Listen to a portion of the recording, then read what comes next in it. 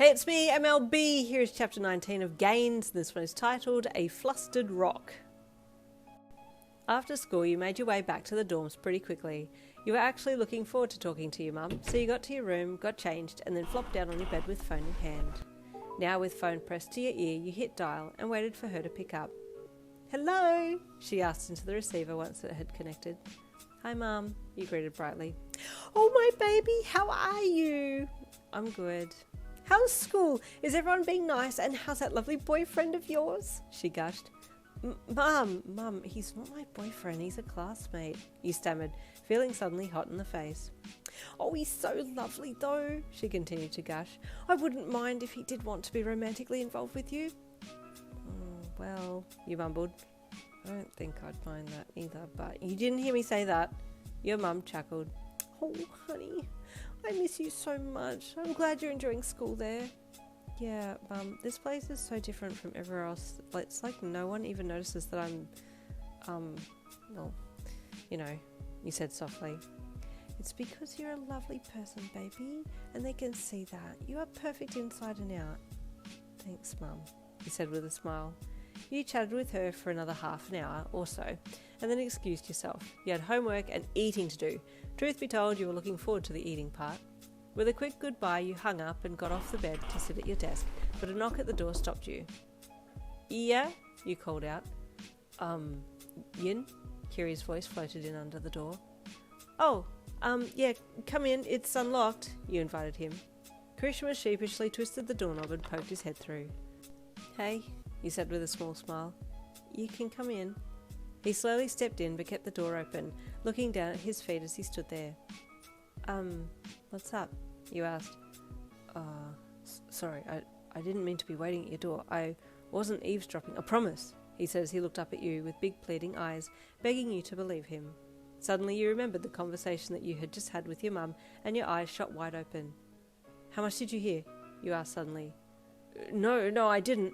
I didn't hear anything, just that you were talking to someone, but I didn't know who. I thought maybe Bakugou was... "Bakugou? No, I was on the phone with my mum," you said quickly. "Oh," he said, with a little relief, giving you a sheepish, toothy grin. Okay, well, I was going to ask if you wanted to come to the gym with me. I really want to get back into it, but I don't want to train on my own. Would you come?" Right now?" you asked. Well, yeah, if it's not too sudden," he asked, now feeling self-conscious about his request. You looked down at your clothes and then back to him. I'm not really dressed for the gym," you said, looking back down at the floor. "That's okay. I can wait for you to change," he offered hopefully. Actually, what do you wear at the gym? Because, I don't really have anything that would be appropriate," you admitted, wringing your hands bashfully together in front of you. "Oh, that's fine. You could just wear the school track pants and a shirt. That'd be okay," he said with a nod. You hummed unsurely, focusing on your clothes as you continued to stare down. "Please?" he asked gently. "I really like being with you. Sorry, I didn't mean it like that. I didn't mean it to sound like that. I just," he babbled, putting his hands out in a stop sign and waving them to try and get you to forget about the potentially odd thing he'd just said. You looked up at him and saw how flustered he was and giggled a little. "Hey, it's okay," you chuckled. "I'll come. I'm just self-conscious, that's all. It's not you." "Oh, it's okay. Not many people are at the gym around this time. They usually come in a lot later.